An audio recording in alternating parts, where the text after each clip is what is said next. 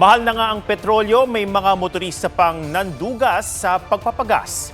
Hinahanap ngayon ng dalawang driver na tinakbuhan ng bayad sa gasolinahan sa Quezon City at Bacolod City. Ang kanilang hulikan na gas and dash sa report ni Adrian Prietos ng GMA Regional TV. Nagpakarga ng diesel ang multipurpose vehicle o MPV na ito sa isang gasolinahan sa EDSA linggo ng madaling araw. Matapos magpagas, ang sasakyan tumakas. Sinubukan ng pump attendant na pahintuin ang sasakyan. Pero nagdire-diretso ito sa EDSA.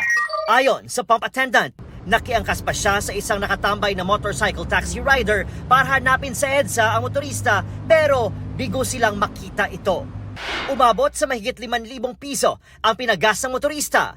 Nang masaklap ay kaltas daw sa sahod ng pump attendant. Sa akin po, binawas yun. Pumirma po ako ng deduction letter po. Sobrang hirap po, sir.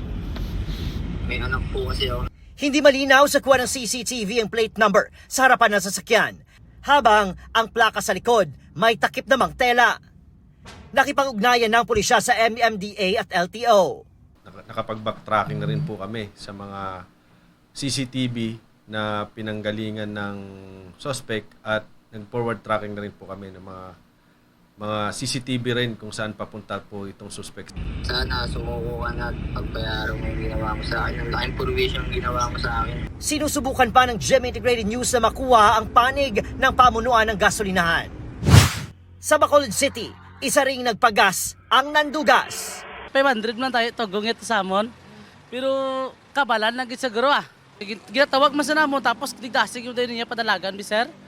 Di kundi ginlagyuhan niya kami. Ang itinakbong 500 pesos na bayad sa petrolyo, hindi na kinaltas sa sahod ng gas attendant na bago lang umano sa trabaho.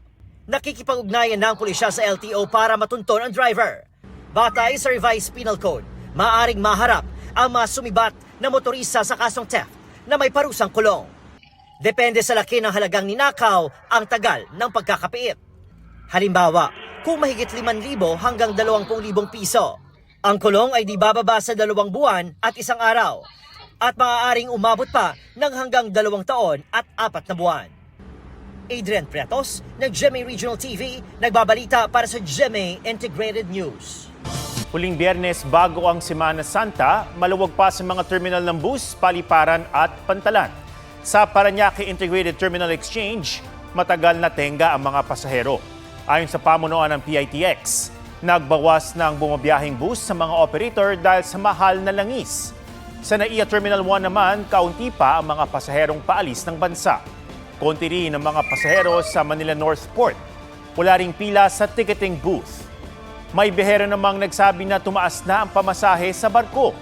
Samantala, nag-anunsyo ang Philippine National Railways na walang biyahe sa April 13, Good Friday at April 4, Black Saturday, ang kanilang mga tren sa Laguna, Quezon at Camarines Sur. Yan ay para bagyang daan ang taunang maintenance ng mga tren at riles. Magbabalik operasyon ito sa April 5, Easter Sunday. Bukod sa mga mandurugas sa pagpapagas, pinag-iingat din ng publiko sa iligal na bentahan ng petrolyo na bistado sa ilang probinsya. Sa Aligaw City, Albay, na-recover sa entrapment operation ang isang oil tanker at mga drum na may kargang mahigit 1,000 litro ng gasolina. Tinatayang mahigit 200 million pesos ang halaga ng nasamsam na gasolina. Isa ang arestado. Sa Davao del Sur naman, kinumpiska ang mahigit 1,000 litro ng diesel at mahigit 100 litro ng gasolina na parehong iligal na ibinebenta. Nasabat din ang mga container at improvised na hose. Hawak na ng pulisya ang 3 sangkot sa iligal na bentahan. Sa mga babiyahe sa Semana Santa, maging maingat sa kalsada. Sa Pilar Cabis, bumangga sa puno ang isang pickup nang makatulog ang driver nito. May report si Darlene Kai.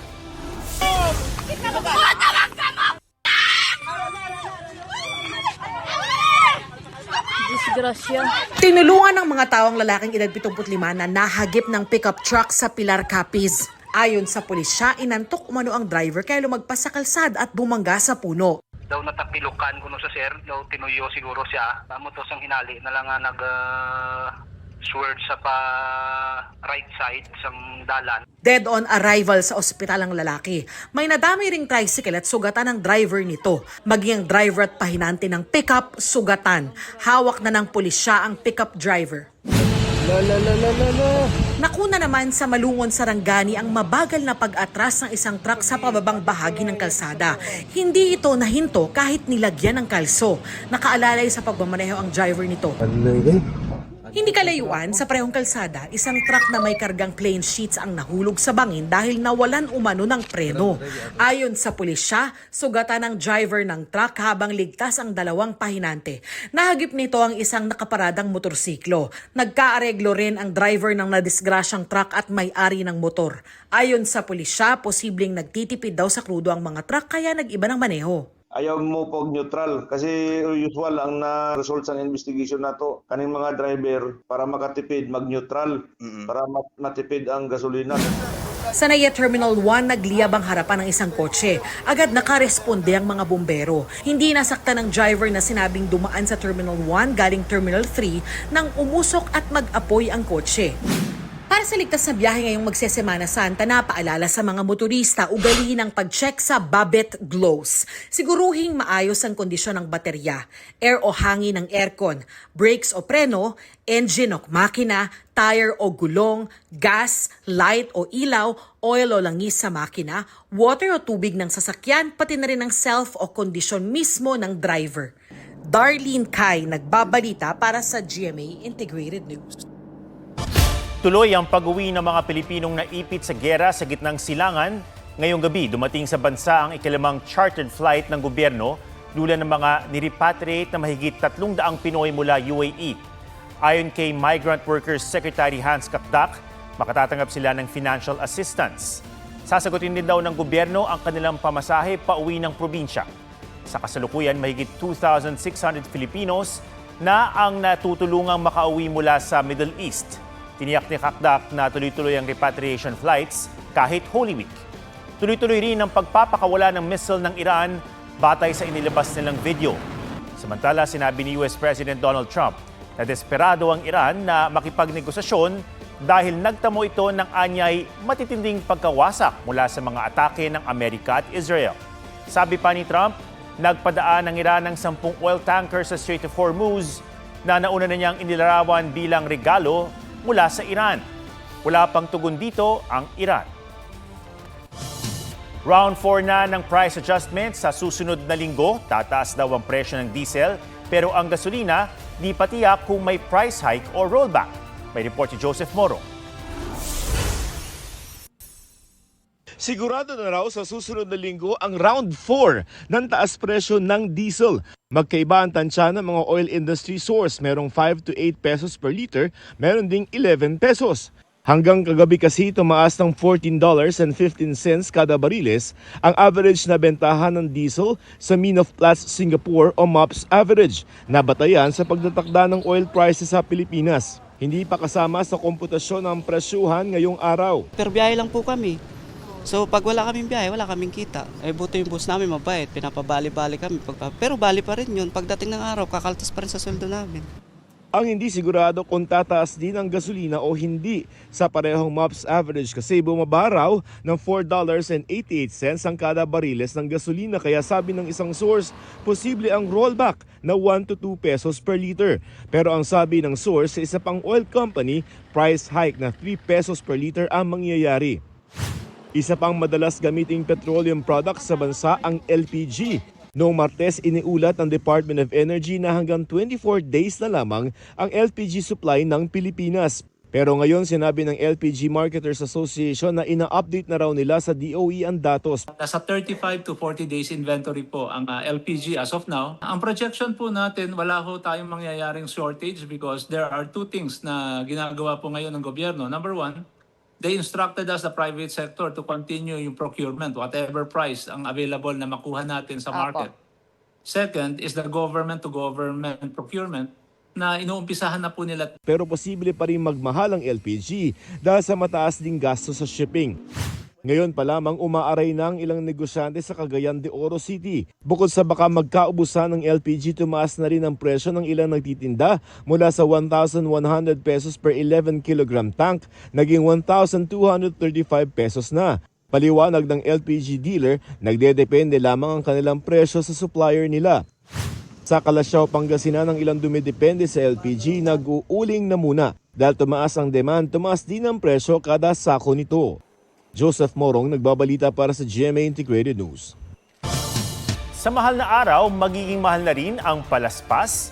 Idinaraing ng mga gumagawa ng palaspas sa Lawag, Ilocos Norte na halos doble na ang presyo ng mga dahon ng niyog at anis na siyang ginagawang palaspas para sa Palm Sunday. Ang dating 30 pesos kada tangkay, 70 pesos na ngayon. Anila ang gastos nila sa pag-akyat sa mga bundok para makakuha ng raw materials, nadagdagan pa dahil sa pagmahal ng petrolyo. Pero imbis na magtaas din sila ng presyo ng palaspas, babawasan na lang daw nila ang bawat bungkos para abot kaya pa rin ng mga deboto. Mailap pa sa ngayon ang paghupa ng hidwaan sa gitnang silangan. Gerang humantong sa pagkaipit ng supply ng langis at nagpataas ng presyo nito at iba pang bilihin. Yan din ang naging mitya kung bakit naka-national energy emergency ang buong Pilipinas. Batas na rin ang pagbibigay sa Pangulo ng kapangyarihang tapyasan o suspindihin ang oil excise tax. Ang dati namang hinaing na dapat nang ibasura ang oil deregulation law at pag-alis sa VAT sa langis, hindi raw inalis sa diskusyon, sabi mismo ni Pangulong Bongbong Marcos. Lahat ng maaaring gawin para tulungan na pagaangin ang epekto nitong nangyari nitong gera sa Middle East ay talagang pinag-uusapan namin. But what we are focused now is immediate.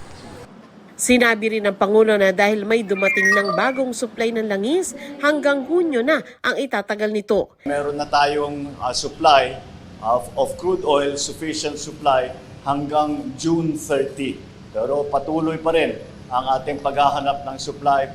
Pinaghahandaan daw ng palasyo ang worst case scenario, pero hindi raw nila nakikitang magkaka-energy lockdown. Wala po tayo nakikita as we speak. DOE and DFA na naghahanap po talaga tayo ng sources para po yung supply ng petrolyo ay hindi mahinto at magtuloy-tuloy po para po sa ating mga kababayan. Nakikita ring makatutulong sa enerhiya ng bansa ang bagong tuklas na gas well ng Malampaya Gas Field na iba pa sa mga hinaharness ng bahagi ng Malampaya Gas Field. Mismo si Pangulong Marcos ang nag-anunsyo ng matagumpay na drilling at testing sa Camago 3 na 5 kilometro ang layo sa kasalukuyang Malampaya platform. Camago 3 holds an estimated 2.5 times more recoverable gas than the Malampaya East 1 discovery. So together, these two wells are projected to extend the life of the Malampaya gas field by an estimated 6 years. Kaya raw ng Camago na mag-produce ng 60 million standard cubic feet ng gas bawat araw. At dahil hindi ito imported, magiging mura ang kuryenteng malilikha nito para sa humigit kubulang 1 million households. Ayon sa Prime Energy, sa fourth quarter o huling 3 buwan ng 2026, makakapag-deliver ng unang gas mula sa Camago 3 at Malampaya East 1. Sandra Aguinaldo nagbabalita para sa GMA Integrated News. Bistado ang benta ng isang pamilya ng peking bakuna sa rabies. Sa bisa ng search warrant, pinasok ng mga taga-NBI at Food and Drug Administration ang isang bahay sa Taguig City. Tumambad ang mga botelya ng bakuna na pinapalitan umano ng pamilya ng mga label, tatak at expiration date. Binabagsak daw ang mga bakuna sa mga klinika at animal bite centers sa iba't ibang panig ng bansa. Paalala ng mga otoridad, nakamamatay ang rabies lalo na kung hindi maaagapan ng bakuna.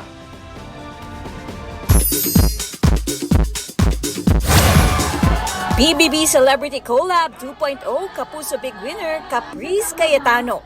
Pinasaya ang fans sa kanyang first ever fan meet.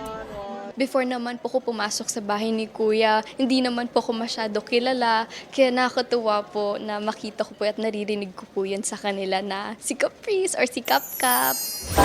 Apoy sa dugo star Thea Tolentino, nasa running era na rin Pero hindi kilometro ang binibilang niya, kundi